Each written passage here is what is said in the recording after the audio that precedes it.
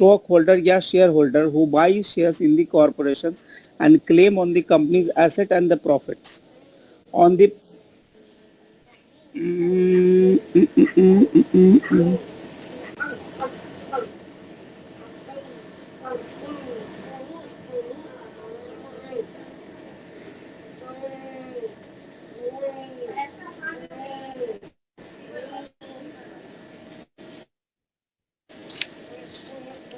देखिए अपने पास हम लोग कर रहे थे कि स्टॉक्स के बारे में। तो स्टॉक्स कौन होता है? जिसने हमने हमारी कंपनी में शेयर खरीदा है, ठीक है, जिनका क्या होता है, जिनका क्लेम होता है कंपनी के एसेट में एंड प्रॉफिट में, ठीक है, जितना वो प्रोपोर्शंस में शेयर को वो ओन्ड करते हैं, ठीक है। उसके बाद बोल रहे हैं however the claims are subordinated to all debts holder also the claim of the holder of commons are subordinated to the claim of holder to the preference shares. यानी एक्चुअल में इसका कहने का मतलब ये होता है कि कंपनी में जब क्लेम होता है, जब कंपनी लिक्विडेट होती है, तो सबसे पहले कौन से आते हैं? सबसे पहले डिबेंचर्स आते हैं, बोलते हैं भाई मेरे पैसे दे दो। फिर उसके बाद डिबेंचर्स वाले के बाद कौन से आते हैं? प्रेफरेंस वाले आते हैं, वो बोलते हैं भाई मेरे पैसे दे दो। फिर उसके बाद जो आपके पास जो बचेगा रेसिडुअल इंटरेस्ट, वो कौन लेंगे जी? वो हमारे स्टॉक्स और शेयर वाले बंदे लेंगे, ठीक है जी। उसके बाद सीधा बात यह है कि अगर आपको वैल्यू पर आइडेंटिफाई करनी है, तो इन्होंने बोला कि एक कंपनी है जिसके पास 10,000 शेयर्स है, 10,000 शेयर्स है, उस पे आपने 200 शेयर ओन किया है। यानी आपकी जो, अगर आपकी ओनिंग परसेंटेज पता करनी है तो आप कितना परसेंट ओन करते हो? तो 2% आप ओन करते हो, ठीक है। उससे आपकी मार्केट वैल्यू जो होती है वो क्या होती है? जितना आपने शेयर होल्ड किया और मार्केट की जो सेल प्राइस है उसको दोनों को मल्टीप्लाई कर दीजिएगा, तो आपका उससे मार्केट कैपिटलाइजेशन पता चल जाएगा, ठीक है। ये बोला है मार्केट कैपिटलाइजेशन के हिसाब से इस तरह से हम शेयर्स को बांटते हैं। पहला लार्ज कैप शेयर्स, तो बोला जाए कि जिसका 15 बिलियन और उससे ओवर का मार्केट कैपिटलाइजेशन है। मार्केट कैपिटलाइजेशन का मतलब जो मार्केट में रेट चल रही है multiply by the stock outstanding, दोनों को जब मल्टीप्लाई कीजिएगा तो दोनों से जो वैल्यू आएगा, मान लीजिए कि हम रिलायंस की बात करें तो रिलायंस का एक शेयर 2,000 का चल रहा है और रिलायंस ने मान लो कि 100 लाख इशू करके रखा होगा, तो दोनों को मल्टीप्लाई करेगा और उससे अपना कैपिटलाइजेशन चेक करेगा कि वो 15 बिलियन के ऊपर में फॉल करता है या 2 और 15 के बीच में फॉल करता है या 300 मिलियन और 2 बिलियन के बीच में फॉल करता है, ठीक है। तो इससे क्या होगा, ये आपके ऑब्जेक्टिव्स में आपको हेल्प मिलेगी, इससे आपको आपके ऑब्जेक्टिव में हेल्प मिलेगी, क्योंकि आपको आ जाएगा जी कि ये बताएं कि ये वाले जो शेयर है वो क्या लार्ज कैप है, मिड कैप है, स्मॉल कैप है या माइक्रो कैप है। अभी हमको तो मतलब मेरे को बिलियन और मिलियन में थोड़ा सा मेरे को थोड़ा डाउट होता है, लेकिन अभी मैंने एकदम हिसाब सीधा रखा है कि 1 पे अगर 60 है तो मिलियन बन जाता है। यानी इंडिया का 10 लाख रुपया 1 मिलियन के बराबर होता है। और ये वाला जो यूनिट मेथड्स है मिलियन और बिलियन, इसका जो मल्टीप्लायर होता है वो 1000 होता है। और हम लोग का जो इंडियन नंबर सिस्टम होता है उसका जो मल्टीप्लायर होता है 100 होता है। बस मतलब जस्ट फॉर इंफॉर्मेशन बता रहा हूँ, इसका इस पढ़ाई से कोई मतलब नहीं है। तो जिसकी 15 बिलियन से ऊपर की जिसकी वैल्यू है वो लार्ज कैप कैपिटल कहलाते हैं, 2 बिलियन से 15 के बीच में है वो मिड कैप कहलाएंगे, और 300 मिलियन से लेके 2 बिलियन तक जो वैल्यू है वो हमारे स्मॉल कैप कहलाएंगे, और उसके नीचे की जो कंपनीज है वो हमारी क्या कह जाएगी? माइक्रो कैप कहलाएगी। अब इन्होंने बताया कि उसमें क्या क्या रिस्क होते हैं, तो इन्होंने बोला कि जो माइक्रो है वो थोड़ा सा रिस्की होता है। फिर उसके बाद ये जो तीनों के लिए ये जो है ये स्मॉल कैप है, उन्होंने बोला कि थोड़ा सा ग्रोथ होता है, बट ऑल्सो यहाँ पे वोलेटिलिटी ज़्यादा होती है। अब पूछूंगा जी वोलेटिलिटी क्या है, तो वोलेटिलिटी ये होता है कि मार्केट में जो चेंज होता है उसकी जो रिस्पॉन्स होती है वोलेटिलिटी, उसको हम लोग मेजर किससे करते हैं जी? बीटा करते हैं, ठीक है। और आपने बहुत लोगों को बातें करते सुना होगा जी ब्लू चिप शेयर्स में पैसे इन्वेस्ट करना। इसका मतलब क्या है कि जिसके स्टॉक्स पब्लिकली लार्ज अमाउंट में ट्रेड होते हैं, लार्ज वैल्यू नहीं, लार्ज अमाउंट में, तो वो क्या होते हैं जी? उनको हम ब्लू चिप शेयर्स बोलते हैं। फिर साइक्लिकल से डिफेंसिव स्टॉक्स होता है, ये वो तरह के स्टॉक्स होते हैं, ये नाम से आप देख लें, ये डिफेंसिव उस तरह के स्टॉक्स होते हैं जिनकी बीटा क्या होती है जी, वो क्या होती है, 1 से कम होती है, वो डिफेंसिव स्टॉक्स हो गए। 1 से ज्यादा वाले क्या हो गए, अग्रेसिव स्टॉक हो गए। वहां पे क्या होगा कि मार्केट्स के अगेंस्ट में उनकी रिस्पॉन्स ज्यादा ज्यादा होगी। यहाँ पे इन्होंने बोला जी, growth stock, the stock of the corporation have a growth potential, sales earning के हिसाब से, मार्केट के हिसाब से ओवरऑल कंपनी ग्रो कर रही है। तो ये इसके उसके बाद जो एक आती है इनकम स्टॉक, ये क्या होता है, ये एक सॉलिड परफॉर्म करता है जिसमें आपको बेसिकली आपको डिविडेंड काफी अच्छे देते हैं। ठीक है, तो डिविडेंड के पॉइंट ऑफ व्यू से इंडिया में कुछ शायद कंपनी है, लाइक एमआरएफ है, इवन रिलायंस है, इसके डिविडेंड काफी अच्छे होते हैं, तो हम उनको इनकम स्टॉक के भी ग्रुप में बांट सकते हैं। लेकिन एक और स्पेकुलेटिव होता है, तो मैंने आपको बताया था कि स्पेकुलेशन होता क्या है। स्पेकुलेशन ये होता है कि आप बेट करते हो, आप आइडिया लगाते हो कि क्या चीजें चेंज हो जाएंगी ताकि I will get the benefit of this. तो वो शेयर्स होते हैं जहां पे आपको, यहाँ पे रिस्की इन्वेस्टमेंट होते हैं, और आप क्या होता है, एक वो मार्जिन डिफरेंस चेक करते हो और आप इसमें ट्रेड कर लेते हो। वैल्यू स्टॉक्स का मतलब क्या होता है, ये इनएक्सपेंसिव होते हैं।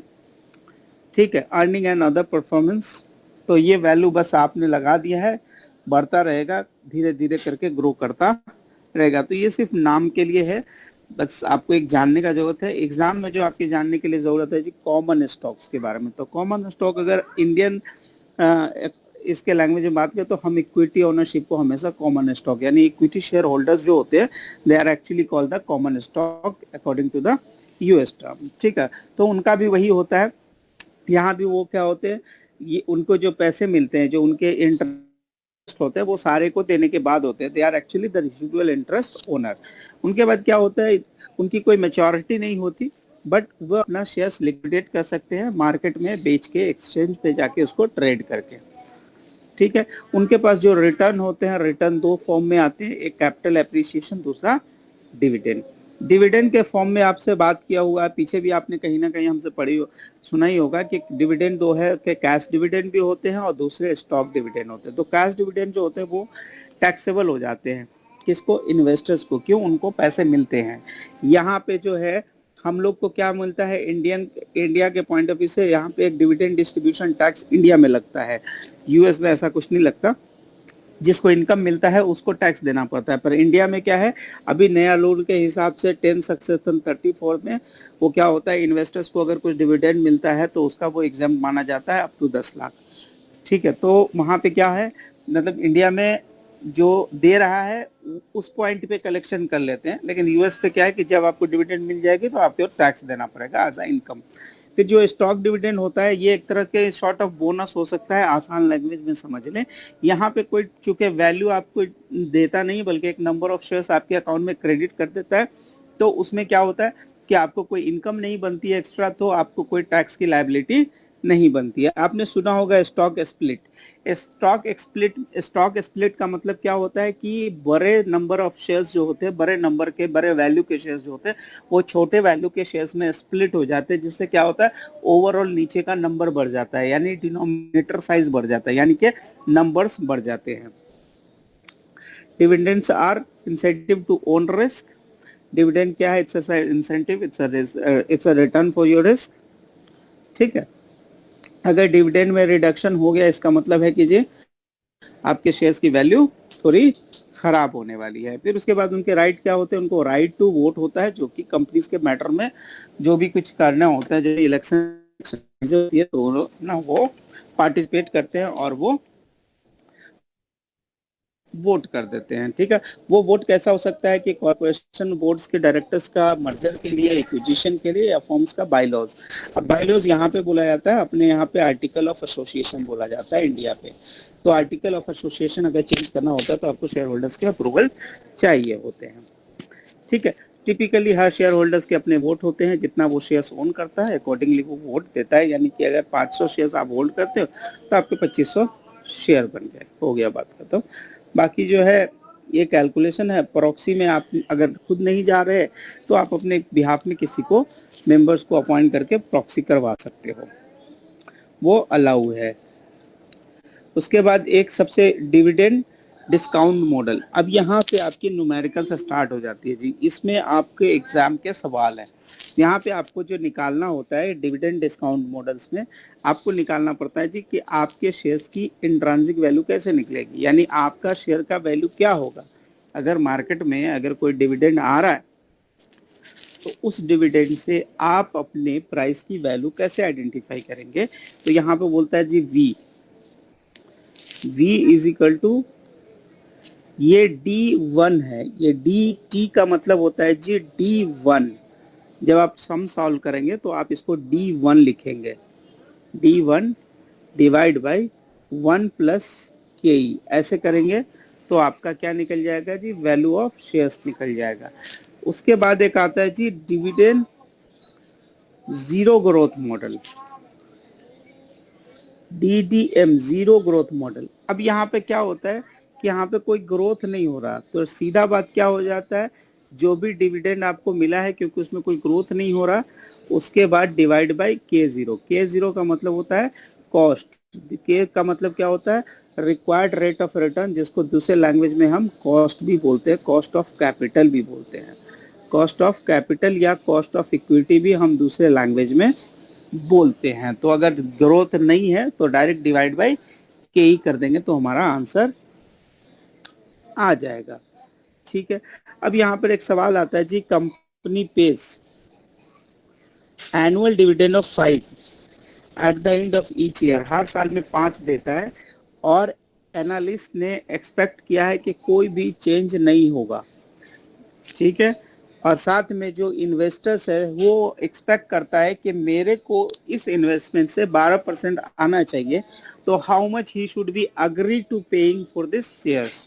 तो ये बोला है कि वैल्यू ऑफ कॉमन स्टॉक बताइए, यानी कितना हमारा stock holders, share holders agree हो जाएगा पैसा देने के लिए, वो कैलकुलेशन निकालना है। तो ये बोल रहा है जी 5 रुपया हमको मिलेगा 12% के हिसाब से, इसका मतलब 5/12 इंटू 100 कर दीजिएगा तो आपको शेयर होल्डर का पता चलेगा। 12% का मतलब होता है 5/0.12। तो आप इसको कैलकुलेटर पर डिवाइड मारिएगा तो आपका आएगा 5 डिवाइड बाई 0.12 करके, तो 41.67, यानी इसकी जो बाजार में प्राइस होनी चाहिए वो क्या होनी चाहिए, 41.67 होनी चाहिए। That is going to be the value of this shares. ठीक है। अब दूसरा होता है constant growth model. Constant growth का मॉडल का मतलब होता है आपको D1 निकालना पड़ेगा। ये इसका मतलब क्या होता है कि एक्चुअली यूनिट D1 और डिवाइड बाय 1 प्लस के, 1 प्लस के, इस तरह से करेंगे तो आपके आंसर्स आ जाएंगे। दूसरा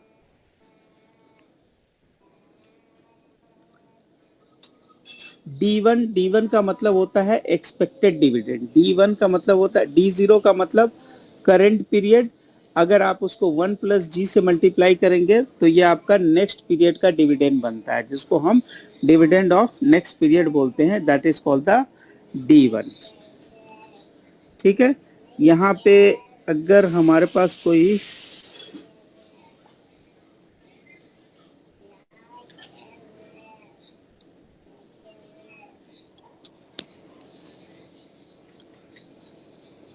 k is greater than the formula can be further simplified। अच्छा, इस फार्मूला को फर्दर सिंप्लीफाई किया गया है। D1 इज इक्वल टू के माइनस जी, के मतलब कॉस्ट ऑफ कैपिटल या रिक्वायर्ड रेट ऑफ रिटर्न, और जी का मतलब ग्रोथ, जी का मतलब ग्रोथ। तो फार्मूला को ये फर्दर सिंप्लीफाई करके ये आपको फाइनल फार्मूला मिलता है V0, यानी value of shares is equal to D1 expected dividend, dividend of next period, जिसको हम एक्सपेक्टेड डिविडेंड बोलते हैं, divide by K minus G, G मतलब ग्रोथ। ठीक है। अब यहाँ पे सवाल आता है जी कि क्यू इनकॉर्पोरेशन को 3 रुपए का डिविडेंड मिला है पेड लास्ट ईयर, यानी पिछले साल में उसको मिला है, पिछले साल में मिला है, और बोल रहा है कि एक्सपेक्ट कर रहा है कि वो ग्रो करेगा 6% से। तो सुनिए, 3 रुपए का डिविडेंड है, तो 3 रुपए के डिविडेंड को आप 1.06 से मल्टीप्लाई कीजिएगा, क्योंकि आपको इसमें ग्रोथ ऐड करना है, तो 3 इंटू 1.06 कीजिएगा तो आपका D1 का जो वैल्यू आएगा, D1 will come as a 3.18, जो कि यहाँ पे है, डिवाइड बाय कंपनी ने बोला जी कि इन्वेस्टर एक्सपेक्ट कर रहा है 12% का रिटर्न, तो इन्वेस्टर इज एक्सपेक्टिंग 12% का return, but out of which this is the G is the 6%। इसका मतलब 3.18 डिवाइड बाय 12 में से 6 गया तो कितना बचा, 6% बता, तो 6% का मतलब वी कैन राइट 0.06, तो 3.18 डिवाइड बाई 0.06 कीजिएगा तो आपके शेयर की जो प्राइस बनेगी वो बनेगी 53। अच्छा, ये आपके न्यूमेरिकल्स में एग्जाम पे आते हैं, तो मैं आपको फिर से बता रहा हूँ, एक होगा बिना ग्रोथ का, दूसरा होगा ग्रोथ का। अगर यही सवाल में ग्रोथ नहीं होता तो आपके आंसर क्या आते, 3/12, क्योंकि आप कोई ग्रोथ एक्सपेक्ट नहीं कर रहे हो। 12 का मतलब 0.12, क्योंकि ये परसेंटेज है, तो 3/0.12 करते तो बिना ग्रोथ के मॉडल पे आपका कितना होता, आपका आंसर आता जी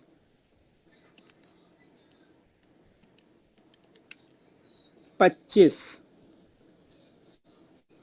ठीक है, यानी कि आपका कितना आता, 25 आ जाता अगर आपका ग्रोथ नहीं होता, तो 3/0.12 यानी कि 25 आ जाता।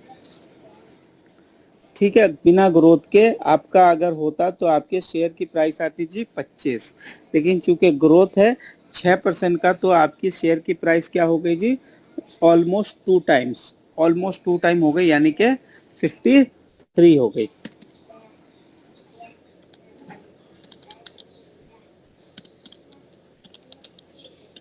भाई मेरा कैलकुलेटर का कुछ फंक्शन काम नहीं कर रहा।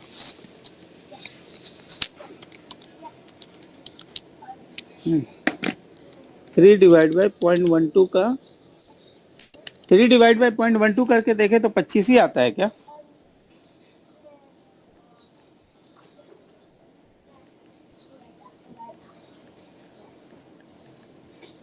हाँ, 25 ही आ रहा, यानी कि अगर ये शेयर पे ग्रोथ नहीं होता तो ये शेयर 25 रुपए में बिक रहा होता, इसके लिए इन्वेस्टर सिर्फ 25 रुपया देता। चूंकि यहाँ पे डिविडेंड में ग्रोथ है तो इस शेयर की प्राइस क्या हो गई, बढ़ गई। Now investor is willing to pay more amount. Okay, तो ये कैलकुलेशन आपके एग्जाम पे आता है। अब आएगा जी वेरिएबल ग्रोथ मॉडल, अब आएगा जी वेरिएबल ग्रोथ मॉडल। तो यहाँ पर क्या होगा, ग्रोथ जो होगा वेरिएबल होगा। अब ये एक्चुअल में ये जो आपके एग्जाम का जो लेवल है, आपके एग्जाम में ये सिर्फ मुश्किल से 2 या 3 पीरियड का ही दे सकता है, मैक्सिमम 2 या 3 पीरियड पे दे सकता है। यानी क्या होगा कि रेट जो लेंगे वो 2 या 2 पीरियड से ज्यादा लेंगे। यानी हम बोलेंगे कि कंपनी जो है फर्स्ट 5 ईयर पे, फर्स्ट 5 ईयर पे 10% का ग्रोथ है, और इसके बाद में यानी इसके बाद जो नेक्स्ट होराइजन है उसका टाइम फिक्स तो होगा नहीं, तो उसका होराइजन में हम बोलेंगे जी कि 8% का ग्रोथ है। तो ये क्या हो गया, ये मल्टी मल्टी ग्रोथ मॉडल हो गया, यानी वेरिएबल ग्रोथ मॉडल हो गया। तो यहाँ पे क्या होता है, ये थोड़े से एग्जाम में आपको बहुत केयरफुली करने पड़ेंगे, क्योंकि इसके सवाल रहते हैं आपको। तो यहाँ पे क्या होता है, यहाँ पे जो शेयर की प्राइस निकलती है वो मिलती है कि डिफरेंट रेट फॉर 2 और मोर पीरियड के निकाले जाते हैं। यहाँ पे रेट ग्रोथ वैरी करती है। फ्यूचर जो होता है दोनों के ग्रोथ रेट को आप सेपरेटली किए, दोनों के ग्रोथ को आपको सेपरेटली क्या करना पड़ेगा, फोरकास्ट करना पड़ेगा, प्रोजेक्ट करना पड़ेगा, फिर आपको उसको डिस्काउंट बैक करना पड़ेगा प्रेजेंट वैल्यू पे। ठीक है, दूसरा वाले को आपको यानी 2 पीरियड पे, यानी पहला वाले को आपको नॉर्मल कैलकुलेशन करके लाना पड़ेगा और सेकंड पे आपको उसको डिस्काउंट करना पड़ेगा। यहाँ पे जो क्वेश्चन है हम लोग अभी करके आपको सिखा दे रहे हैं। तो बोल रहा है कि देखिए जे जो है बोल रहा है कि हम एनुअल, अभी उसका एनुअल कैश डिविडेंड है 5 लास्ट ईयर का। वो बोल रहा है कि expected dividend will grow annual return of 20% for next 3 years। अगला 3 साल तक, अगला 3 साल तक कितना से ग्रो करेगा जी? 20% से ग्रो करेगा। एंड देन उसके बाद जो है ग्रोथ कांस्टेंट हो जाएगा। क्या हो जाएगा? 5% हो जाएगा।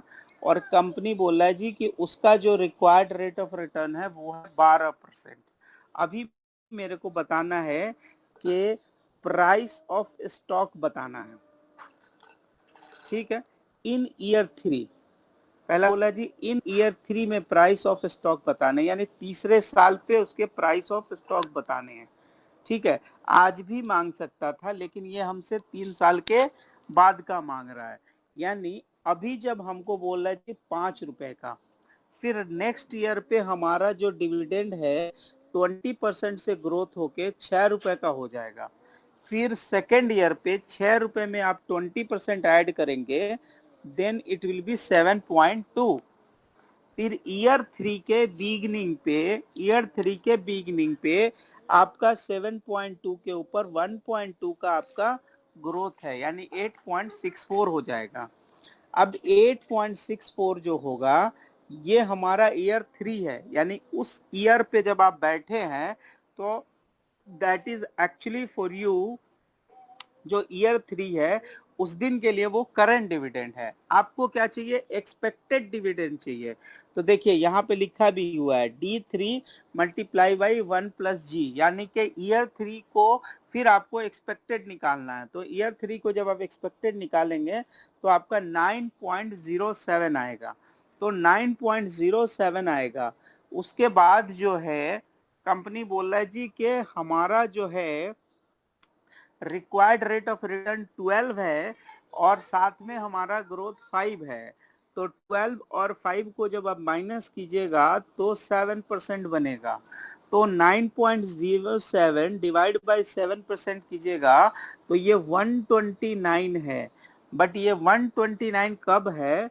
ये ईयर 3 की प्राइस है। ये कब की प्राइस है? ईयर 3 की प्राइस है। दिस इज ईयर 3 की प्राइस। आपने बहुत ध्यान देके ये सवाल करने हैं। ये ईयर 3 की प्राइस है।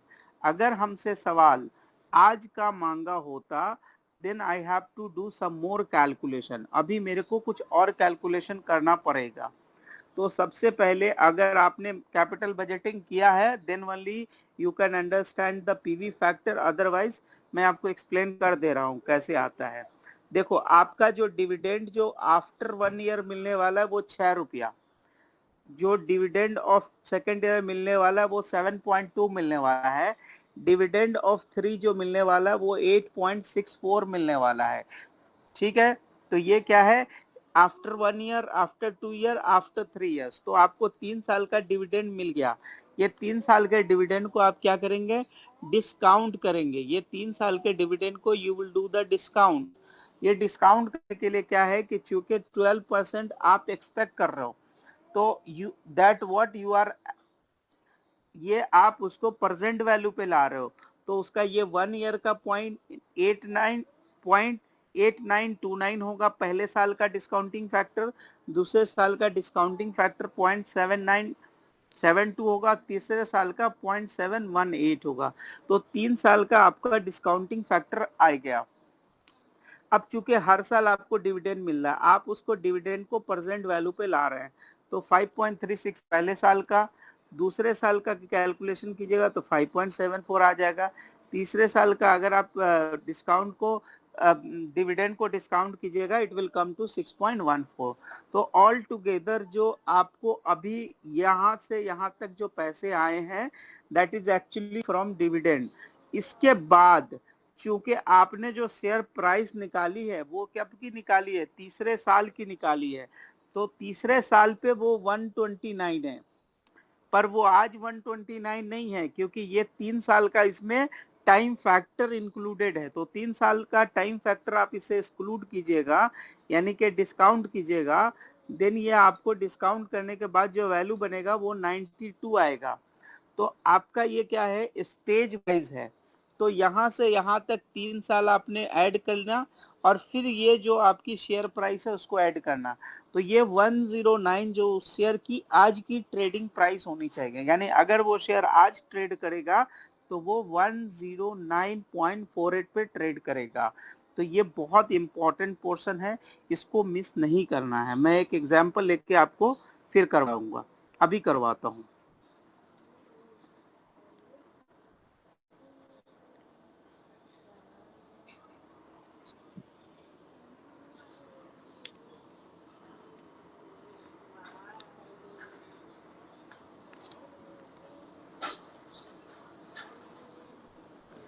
मान लें कि आप एक कंपनी का शेयर ले लिए मैक का, और डिविडेंड आपको मिल रहा है करंट ईयर का 10। पहला रिक्वायर्ड रेट ऑफ रिटर्न है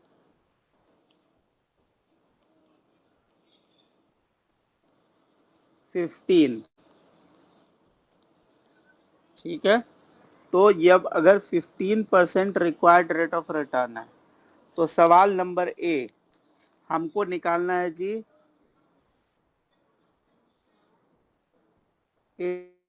इंट्रांसिक वैल्यू निकालना है। तो अगर इसकी इंट्रांसिक वैल्यू निकालने हैं तो ये सवाल है विदाउट ग्रोथ का। इसमें हमने अभी तक आपसे ग्रोथ की बात नहीं करी है, यानी अगर विदाउट ग्रोथ है, इसका मतलब वैल्यू ऑफ शेयर्स का मतलब क्या होगा, डिविडेंड डिवाइड बाय के ई, कॉस्ट ऑफ शेयर होल्डर या एक्सपेक्टेशन ऑफ शेयर होल्डर, जो भी आपको मन है लिख दे। तो डिविडेंड, तो अभी हमारे पास डिविडेंड कितना है, 10 रुपए का है। तो अभी मैं जब आंसर करूंगा तो लिखूंगा जी 10 डिवाइड बाई 0.15।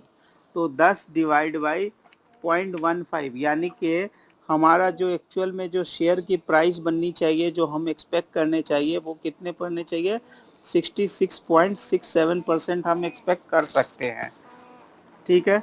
सवाल नंबर 2, अगर ग्रोथ है, इफ ग्रोथ है, ग्रोथ कितने का है, एट 6% का है, तब हमारा जो वैल्यू ऑफ शेयर्स होगा वो क्या होगा, D1, D1 डिवाइड बाय के ई माइनस जी। अब बात आता है जी D1 कैसे निकलेगा। तो D1 निकालने का तरीका ये है कि 10 रुपया को 1.06 से मल्टीप्लाई कीजिएगा। तो 10 इंटू 1.06 से मल्टीप्लाई कीजिएगा, तो आपका जो नया डिविडेंड होगा वो क्या होगा, 10.6। ठीक है। अब इस 10.6 के ऊपर आपको फार्मूला प्लॉट करना है। तब आपने कैसे लिखना है जी, हमारा क्या था, हमको क्या निकालना है, वी एस निकालना है। तो वी एस निकालने के लिए हमको क्या करना था, हमको लिखना पड़ेगा 10.6 डिवाइड बाय के ई। के ई हमारा कितना है, 0.15, 0.15। जी कितना है, 0.06। तो 15 माइनस 0.15 माइनस 0.06 कीजिएगा तो आपका कितना आएगा जी, आपका आएगा 10 डिवाइड बाई 0.09। तो 0.09 से 10.6 डिवाइड बाई 10.6 डिवाइड बाई 0.09। आप इसको सिंप्लीफाई कीजिएगा, 10.6 डिवाइड बाई 0.09। इसका मतलब अब इसी शेयर की प्राइस कितनी हो गई जी, 117.77, 117.77। अभी सवाल सेम है, सवाल में कोई फर्क नहीं है। अभी हमने बताया कि कंपनी बोल रहा है कि 3 साल के बाद, ठीक है, आफ्टर 3 इयर्स ग्रोथ हो जाएगा 8% का। After 3 years the growth will be 8%, यानी कि फर्स्ट 3 इयर्स 6% है, फर्स्ट 3 ईयर्स कितना परसेंटेज है? 6% है। तो अब देखिए अभी क्या हुआ, अब हम कैसे इसको हिसाब करेंगे देखिए। तो अभी आज मेरे को शेयर पे आज मेरे को 10 रुपया मिलता है करेंट ईयर पे, ठीक है। मेरा ईयर 1 पे 10 रुपया, ये 0 पे है। ईयर 1 पे जब हम गए थे तो हमने क्या किया था, 10.6 किया था, क्योंकि हमने क्या किया 10 इंटू 1.06। फिर जब हम जाएंगे नेक्स्ट ईयर पे, ईयर 2 पे जाएंगे तो 10.06 मल्टीप्लाई बाय 1.06 करेंगे,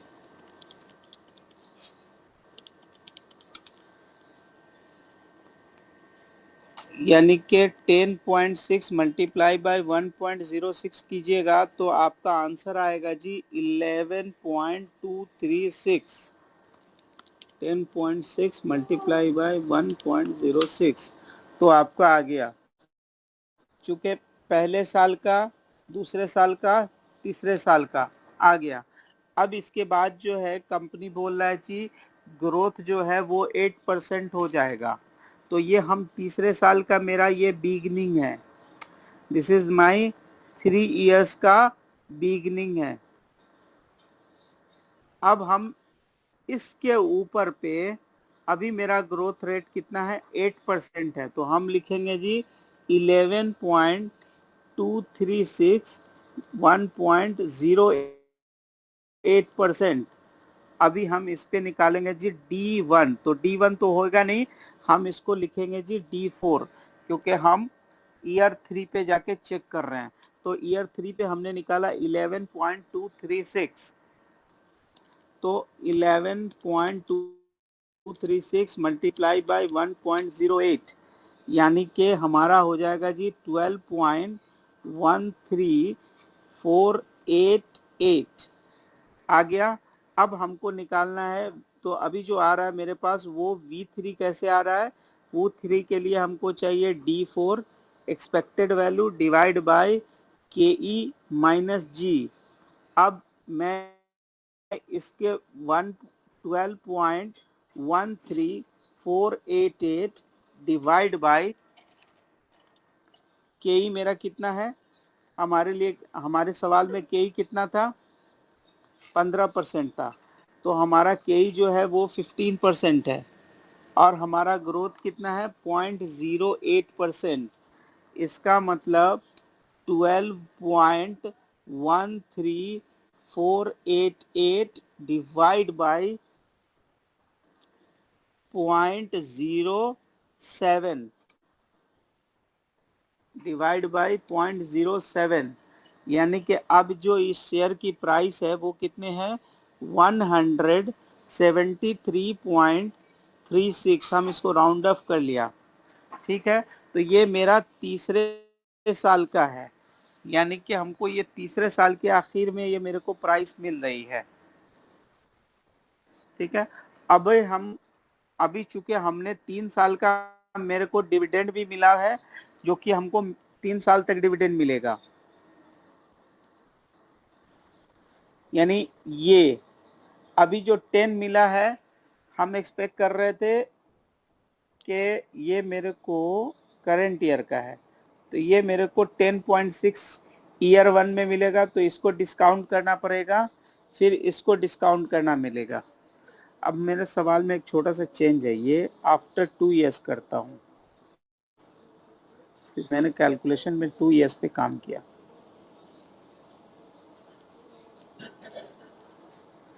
ठीक है। तो ये 1.06 फिर 11.236, ठीक है। तो ये मेरे को दोनों को क्या करना पड़ेगा जी, डिस्काउंट करना पड़ेगा। डिस्काउंट किससे करना पड़ेगा, 15% से, क्योंकि हमारा 15% का ये है। तो अब हम, हमारा के क्या है 15% का, तो हम नेक्स्ट पे जा रहे हैं। तो 15 पे डिस्काउंट करने के लिए क्या करेंगे, हमारे पास पहले साल का डिविडेंड कितना है 10.6 है, दूसरे साल का डिविडेंड कितना है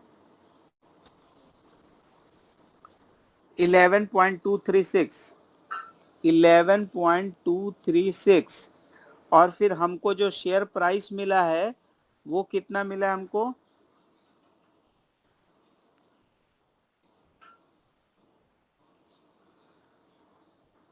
हमको जो अभी शेयर प्राइस कैलकुलेट हुआ है वो 173.36 मेरा शेयर प्राइस मिला है।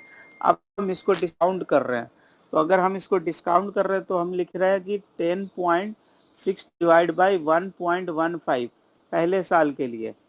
उसके बाद दूसरा वाले पे क्या लिखेंगे 11.236 divide by 1.15 to the power 2, क्योंकि हमको 2 साल इसको पीछे खींचना है। ये जो प्राइस मेरी आई है वो एक्चुअल में मेरी थर्ड ईयर की प्राइस थी, तो इसको भी हमको 2 साल पीछे खींचना है। तो 173.36 डिवाइड बाई 1.15 पावर 2, इसको भी हमने 2 साल पीछे हमको पुल करना है। तो देखिए 10.6 डिवाइड बाई 1.15 कीजिएगा तो आपका आएगा 9.21। दूसरा 11.236 डिवाइड बाई 1.15 डिवाइड बाई 1.15, यानी कि इसकी जब वैल्यूएशन कीजिएगा तो आएगा 8.496। 173.36 डिवाइड बाई 1.15 डिवाइड बाई 1.15, यानी इसकी जब वैल्यू, इसको भी जब पीछे आप पुल कीजिएगा तो 131.08 होगा। तो जब आप शेयर प्राइस कोट कीजिएगा तो आप क्या कीजिएगा, आप तीनों को ऐड कीजिएगा 8.496 प्लस 9.21, इसका मतलब आपको शेयर प्राइस कोट करना पड़ेगा 148.79 आपको शेयर प्राइस कोट करना पड़ेगा। तो ये वो है जो आपके पास 2 डिविडेंड मॉडल काम कर रहा हो, तभी आपको ये वाला कैलकुलेशन करना पड़ेगा। पर एग्जाम में 2 से ज़्यादा ग्रोथ आपको नहीं देगा, क्योंकि उसको भी पता होता है कि ये इसमें आपके कैलकुलेशन बहुत बढ़ जाते हैं। ठीक है, तो ये छोटा सा एक एग्जाम्पल था, इसको आपको एक बार करना तो है। अनस भाई नहीं है क्या? है मेहराज भाई इधर को। ठीक है, हेलो। यस यस यस, हाँ। ठीक है। उसके बाद ये 3 आपने पीछे में कैलकुलेशन पढ़ के आया है, price earning ratio, price to B, price to sale, ये वाले तीनों रेशियो आपने पढ़े हैं रेशियो एनालिसिस में, इसमें कुछ करने के लिए नहीं है।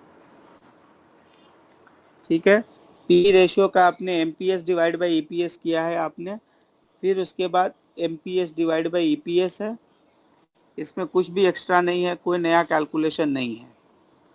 ठीक है, पीएस डिवाइड बाई ईपीएस।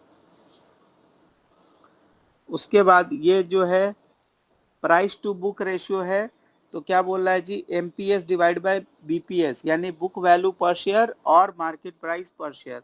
तो यहाँ पे भी आपके पास कुछ नहीं है, ये बस पुराने कैलकुलेशन है जो आपने ये पीछे वाले सवाल में करा हुआ है। फिर ये बुक वैल्यू पर शेयर्स कैसे निकालते हैं, जो कि टोटल एसेट दिया होता है divide by number of shares करते तो बुक वैल्यू पर शेयर आपको निकल जाती है।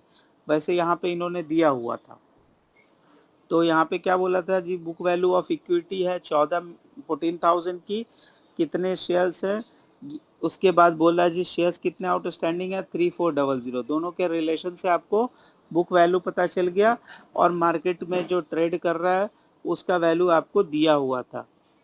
मार्केट में आपको क्या ट्रेड कर रहा था, प्राइस 9.45, तो 9.45 ऊपर आपने ले लिया डिवाइड बाई 4.12 यहाँ से ले लिया, दोनों के रेशियो से आपने निकाल लिया 2.31।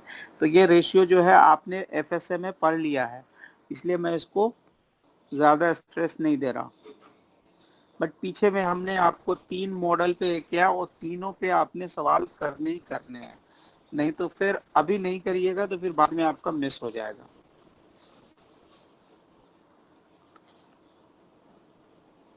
देखो यहाँ भी वही है डी बाई के, यानी जो आपको डिविडेंड मिला डिवाइड बाय के, कॉस्ट ऑफ प्रेफरेंस शेयर्स। ठीक है, तो यहाँ भी वैल्यूएशन ऑफ प्रेफरेंस शेयर्स इसी तरह से निकलते हैं। अब बोल रहा है जी अगर डिस्काउंट रेट बढ़ेगा, इसका मतलब है कि वैल्यू ऑफ प्रेफरेंस शेयर्स क्या हो जाएगा जी, घट जाएगा। ये पीछे आपने एक कैलकुलेशन किया था हम लोगों ने कि मार्केट में, फिर बोल रहा है डिस्काउंट रेट घटेगा, इसका मतलब वैल्यूएशन बढ़ेगा। ठीक है, अब यहाँ पे जो है बोल रहा है जी जो स्टॉक की वैल्यू है तो dividend dividend divide by discount rate. अब ये जो डिस्काउंट रेट है एक्चुअल में वो हमारे लिए क्या था, के ही था। वो जो पीछे वाले सवाल में कॉस्ट था वो यहाँ पे डिस्काउंट रेट से, द डिस्काउंट रेट यानी डिस्काउंट रेट का मतलब मार्केट में वो एक्सपेक्ट कर रहे हैं, ये हम इसको कॉस्ट ऑफ प्रेफरेंस शेयर भी मान के चलते हैं। तो इससे क्या होता है, हमारा फार्मूला एक ही फार्मूला में मेरा काम हो जाता है। फिर हम आराम से लिख देते हैं जी डिविडेंड डिवाइड बाय कॉस्ट। तो क्या होता है, इक्विटी में भी सेम लग जाता है और प्रेफरेंस में भी आपके सेम फार्मूला लग जाते हैं। अब बात आएगी जी इसके बाद जो चीजें होने वाली हैं बहुत खतरनाक होने वाली हैं। तो इससे पहले कि आप डेरिवेटिव्स में जाके खोएंगे, उससे पहले आप यहाँ पीछे में एक बार इसको रीड भी करना है। और सबसे इम्पोर्टेंट तीनों मॉडल के एक एक सवाल आपको देखने हैं, टच करने हैं। ठीक है भाई।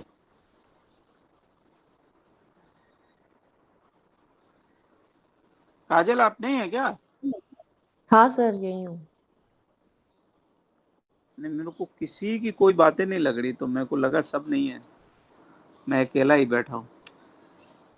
नहीं नहीं सर, वो आप बता रहे थे ना, वो पूरा करना पड़ेगा, ऐसे एक बार में तो हम बता भी नहीं सकते कि हमको आ गया क्या।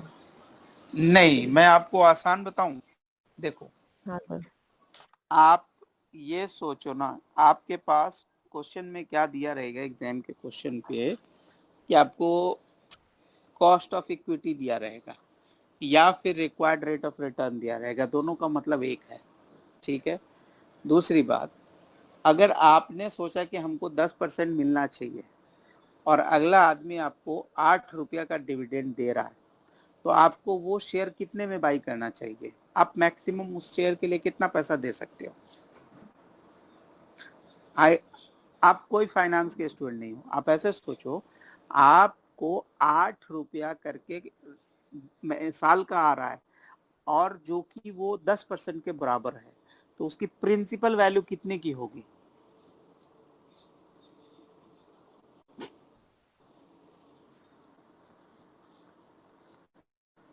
अगर आपको 8 रुपीज आपको हाथ पे मिल रहे हैं। हाँ सर, आगे समझ में नहीं आ रहा आप कैसे पूछ रहे। नहीं, हम ये बोल रहे हैं कि आपको 8 रुपीज हाथ में मिल रहा है कि डिविडेंड आपको इंटरेस्ट मिल रहा है, डिविडेंड भूल जाओ, आपको एक 8 रुपए का इंटरेस्ट मिल रहा है और 10% के हिसाब से मिल रहा है, तो आपने कितना इन्वेस्ट करा हो?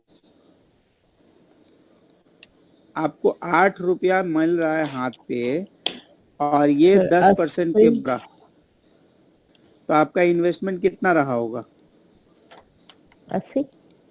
80 रहा होगा, ऑब्वियस सी बात है, क्योंकि 80 का 10% 8 रुपया होता है। तो इसी को कह दिए हमने, इसका ही नाम दे दिया हमने क्या, valuation of shares without growth. यानी आपने कोई ग्रोथ कंसीडर नहीं किया, आपने चेक किया जी भाई हमको 8 रुपया मिल रहा है और हम 10 रुपया का परसेंटेज एक्सपेक्ट कर रहे थे, यानी कि 8 डिवाइड बाई 0.10 यानी कि 80 रुपया।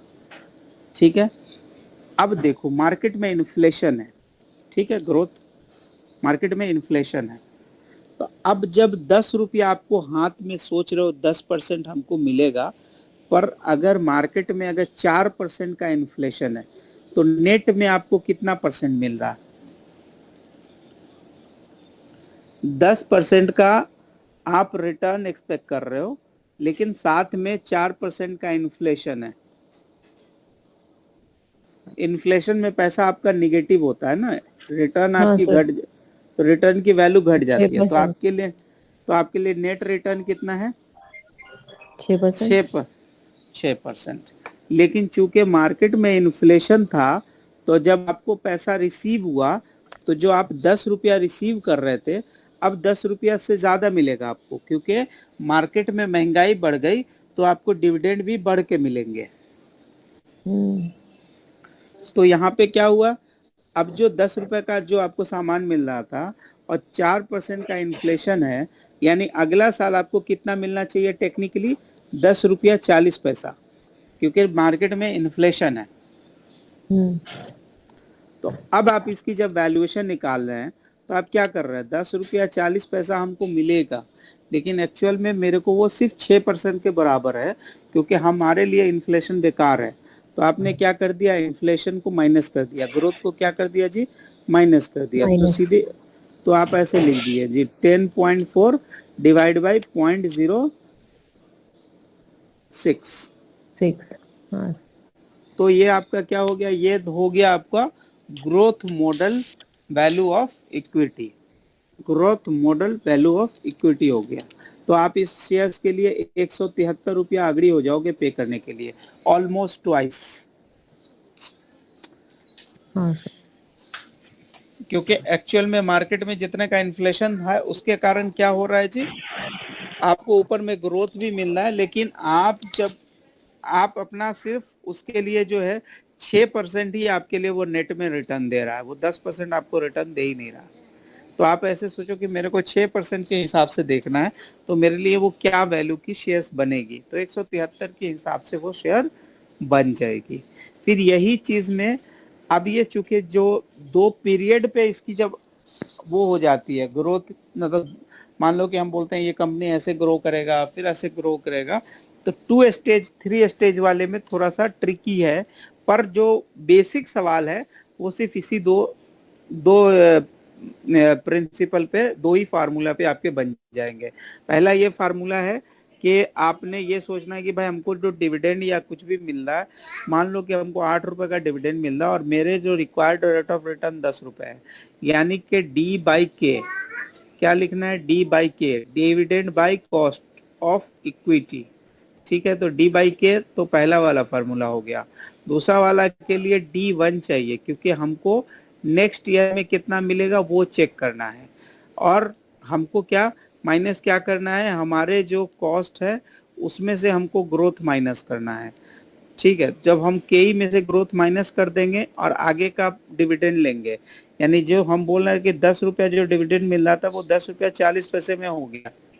ठीक है, लेकिन जो 10% हम एक्सपेक्ट कर रहे थे रिटर्न, वो एक्चुअल में 4% इन्फ्लेशन के कारण वो रिटर्न नेट में हमको सिर्फ 6% का रिटर्न दे पा रहा है। इसका मतलब है कि हमारे लिए जो है इस बार इन्वेस्टमेंट ज्यादा करना पड़ेगा, इस बार इन्वेस्टमेंट हमको ज्यादा करना पड़ेगा, तब जाके हम वो 10 रुपया 40 पैसा का अमाउंट का रिटर्न कमा पाएंगे। सो या तो आप दो फार्मूला को 2-3 बार यूज करोगे तो भी आपके लिए इजी है, वरना समझ के कर लिए तो ज्यादा बेहतर है। अनस भाई, आपके माइंड में कुछ आ रहा है तो बताएं। कुछ नहीं आता है, थोड़ा स्टेक होता है, पूरा थियोरी है ना। नहीं नहीं, अभी वाला आज वाला में तो कुछ भी थ्योरी नहीं है भाई, आज वाला तो पूरा इक्विटी का वैल्यूएशन का था, कुछ भी थ्योरी नहीं था भाई। लास्ट फॉर्मूला थोड़ा प्रैक्टिस करना पड़ेगा इंशाल्लाह। हाँ, वो थोड़ा सा आपको प्रैक्टिस करना पड़ेगा, लेकिन उसके ऊपर मैंने देखा है कि हॉक में सिर्फ 2 सवाल है, इसका मतलब ये है कि एग्जाम के लिए उतना इम्पोर्टेंट नहीं है वो। आई हैव सीन के हॉक में सिर्फ 2 सवाल है। ठीक है, तो अगर आप यानी अगर आप मल्टी ग्रोथ मॉडल अगर आप नहीं भी करते हैं तो it won't harm you. Okay, but learning के पॉइंट ऑफ व्यू से थोड़ा समझना जरूरी है, बट अगर ट्रिकी लगता है तो you can skip this, because एक आपके जब कोई भी प्रैक्टिस में 2-3 सवाल से ज्यादा नहीं है, it means it is not much important. Really? Yes. Okay, इंशाल्लाह। ठीक है, तो इसके लिए कोई परेशान होने का जरूरत नहीं है। आज मैं कुछ सवाल भेजूंगा, I am sending some question to practice, क्योंकि now we are 50% complete. We are half of the way. 50% of total you are saying, or the percentage of section B? 50% of section B, क्योंकि अब हमारे पास जो पढ़ने के लिए है वो क्या है मैं बता दे रहा हूँ। एक इम्पॉर्टेंट है डेरिवेटिव, दूसरा है इंटरनेशनल फाइनेंस, तीसरा है एआर मैनेजमेंट, फिर खत्म हो गया और कुछ नहीं है। ये जैसे रुके ना, बट आप लोग 5 मिनट रुके सीएपीएम देख के जाए। ओके, क्योंकि सीएपीएम के आपके सवाल है और आपको क्या? नहीं, अभी जस्ट कट किया था, वो चेक कर रहा था क्या क्या छूट रहा है। आ गया अभी स्क्रीन आ गया। देखिए सीएपीएम में हमारा क्या, हाँ तो देखिए सीएपीएम में हमारा क्या है कि ये फार्मूला बेस्ड है। इसमें हम लोगों अच्छा नहीं, पीछे हम लोग सवाल करके आए हैं भाई। सीएपीएम के सीएपीएम में केई जो निकालने का फार्मूला है RF plus beta into RF minus RF. जिस वक्त सिक्योरिटी मार्केट लाइन कर रहे थे, we have done the security CAPM model, is it? क्योंकि हमने बोला था कि कंपनी बोला है जी 12%, बोला है the company expected to grow 12% and market grows at the rate of 6%, calculate the cost of existing on the CAPM if the risk free return is 3। तो आपका सवाल स्टार्ट होगा 3 से। एक्सपेक्टेड मार्केट रिटर्न इज 10, यानी RM is 10 and the beta is what? Beta जो होता है वो क्या होता है? Beta is the measurement of sensitivity. तो बोल रहा है कि कंपनी बोल रहा है कि स्टॉक ग्रो करेगा 12% से जब मार्केट करेगा 6% से। इसका मतलब दोनों के बीच का रिलेशन क्या है? 2 का रिलेशन है, यानी बीटा 2 है। तो आराम हो गया, 10 - 3 मल्टीप्लाई बाई 2, तो 10 - 3 का मतलब कितना? 7, 7 दूनी 14, 14 और 3 17। यानी आपके लिए जो ट्रिकी पार्ट क्या था वो ये था कि आपको एक रिलेशन से बीटा निकालना था। क्या निकालना था? बीटा निकालना था। बीटा क्या था? बीटा में आपकी जो होती है वो क्या होती है? Change in shares divide by change in market. ये दोनों के रिलेशंस से हम बीटा निकालते हैं। पीछे भी हमने इसके ऊपर न्यूमेरिकल्स कराया था। तो आपका यहाँ से ही मसले का हल हो जाएगा, ठीक है। तो सीएपीएम ऑलरेडी करा हुआ था, मेरे को लगा शायद छूटा हुआ है। सीएपीएम हम लोग का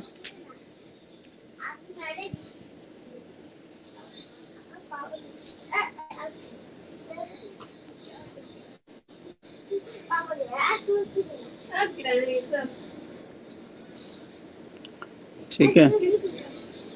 मिराज भाई एक डाउट है, बोलिए ना। For example, if we have obtained most of the MCQ in all the sections, and we are little lesser in section B, that means any section. So, what is the chance of pass? देखो भाई, chance of पास तो ये इसका wait कितना है? 20% ही है ना। मतलब for example, if you're in weightage mark wise we received maybe 400 marks, but from the section B we didn't attend anything. ऐसा नहीं हो सकता ना, कुछ तो करके ही जाएंगे। बिकॉज हम मेरे when I attended the exam ना, I never thought in that way, but उन लोग का क्या होता है ना कि they put the papers in such a way कि इनडायरेक्टली या directly you are actually touching all the section. It is not coming like section A पहले सेक्शन बी बाद में। इट इज द जम्बल्ड, ना jumbled, but even though the questions, there is 100 questions, right? So we are actually 50 questions from section B in middle of this all hundreds. Yes. Okay, we attended 80 questions and all are correct, except from section B. All the 20 questions missed from section B. Ideally they should pass. I don't think so. This is my question. Ideally they should pass if that is the case. No, I think we have to achieve 70% from each section. Is it? Yes. Okay, that's why I'm saying I think. I'm not sure. Yeah, otherwise easy है ना, we can skip the section B and we can focus on other section. नहीं but B छोड़ने का है क्या, B को थोड़ा सा पढ़ने का नहीं ना। नहीं, एक डाउट है, एग्जाम्पल के लिए सेक्शन बी बोला। नहीं नहीं नहीं नहीं, आप एग्जाम्पल के लिए कोई दूसरा सेक्शन लो, बिकॉज एक्चुअली आप मेरे माइंड में एक इम्प्रेशन दे रहा है कि बी यार छोड़ दूंगा, दैट सही बात इम्प्रेशन इज है। Coming in my mind. I like But that is problem than theory. you like, but the thing is that in CMA they wanted you to know कि आप इक्विटी जब आए तो आप इक्विटी के वैल्यूएशन का अगर आपको काम दे दे तो आप कम से कम पूरा 100% नहीं कर सको तो 70% तो कर पाओ ना। आप एटलीस्ट उसको इक्वेशन तो बना के दे सको कि यार इसमें हमको ये चाहिए, तुम हमको इक्विटी से डिविडेंड निकाल के दे दो, तुम मेरे को कॉस्ट निकाल के दे दो, तुम मेरे को एक्सपेक्टेड रिटर्न निकाल के दे दो। एटलीस्ट आप इतना बोलने लायक रहो ना, इसीलिए ये बोलता है, अदरवाइज वैल्यूएशन मेरे के लिए तो बस याद करने के लिए मुश्किल है, लेकिन ट्रिक है तो मतलब लॉजिक है तो अच्छा है। देखिए अभी तक कुछ भी अभी तक ऐसा नहीं रहा जो हम लोग को याद करना पड़े। Until now we have Formulas. not read anything which we have to like mug, मतलब एकदम याद नहीं करना पड़ेगा, बट थोड़ा सा अभी पीछे आपने जो प्रैक्टिस किया ना, जैसे आपने 32 सवाल प्रैक्टिस किया, आई बिलीव 33 सवाल किए, तो उसमें बहुत ज्यादा आपको तो थ्योरी नहीं था ना। कौन सा सेशन से? बी में हम लोगों ने सबसे पहले लॉन्ग टर्म फाइनेंस किया था, तो लॉन्ग टर्म फाइनेंस सबसे पहले हम लोग रिस्क टर्न किया। लेकिन मैं I understand from the session B 50 more than 50% is a common scenario that we already learned from our very early stage, like Yes. bond, yeah, but some of them very less is a little bit of feeling. Yeah, that is there na, that's why see until now what exactly we have covered, what covered risk return when we cover, and we tried 32 questions. The most of the questions was easy if you have read one time, it does not require to remember everything।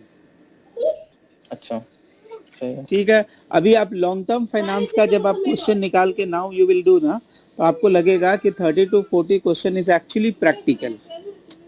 ठीक है, duration निकालना है, maturity निकालना है, equal to maturity निकालना है, या फिर आपको कॉस्ट ऑफ इक्विटी निकालना है, या फिर आपको वैल्यू ऑफ इक्विटी निकालना है, that is actually core practical ना। अब थोड़े से ट्रिकी थ्योरी हो सकते हैं, मान लो कि किसी के राइट से रिलेटेड वो ये पूछ सकता है कि भाई कैसे कैपिटलाइजेशन वैल्यू निकालते हैं, तो दैट विल बी देयर, तो उसको थोड़ा सा प्रैक्टिस करेंगे तो वो आपकी ग्रिप में आ जाएगी, that won't take much time. ठीक है, तो मैं इनकरेज ये करता हूँ कि आपने जैसे मान लो अभी आप मतलब सेक्शन बी का टॉपिक नंबर बी यानी लॉन्ग टर्म फाइनेंस जाके आप प्रैक्टिस कर सकते हैं। ठीक है, तो एटलीस्ट तो हम लोग वैसे भी उस दिन स्क्रॉल डाउन करके we have done until 100 question तक हम लोग ऊपर से चेक कर रहे थे, so we have found okay most of the things are very familiar, कुछ थोड़ा सा गलत होता है, ठीक है, तो एक रीडिंग में आपकी चीजें थोड़ी सी आपकी कंट्रोल में आ जाएंगी। ओके, ठीक है। और स्नेहल भाई, वो मैं बोला है कि पास करने के लिए सब पढ़ना है भाई, कुछ भी नहीं छोड़ना है। ठीक है भाई, सब पढ़ना है, कुछ भी नहीं छोड़ना है। ठीक है, तो हम लोग परसों जो है ना न्यूमेरिकल्स लेके बैठेंगे, जितना सेक्शन हम लोग कंप्लीट किया उसके सारे न्यूमेरिकल्स हम हॉक से करने वाले हैं। तो आई थिंक कि आपको एक बार लॉन्ग टर्म फाइनेंस के जो क्वेश्चंस है एक बार देख लेंगे तो थोड़ा इजी रहेगा दोनों आदमी को। ठीक है, हॉक का जो आपको क्वेश्चन आंसर भेजा हुआ है उसी से करेंगे, तो कोई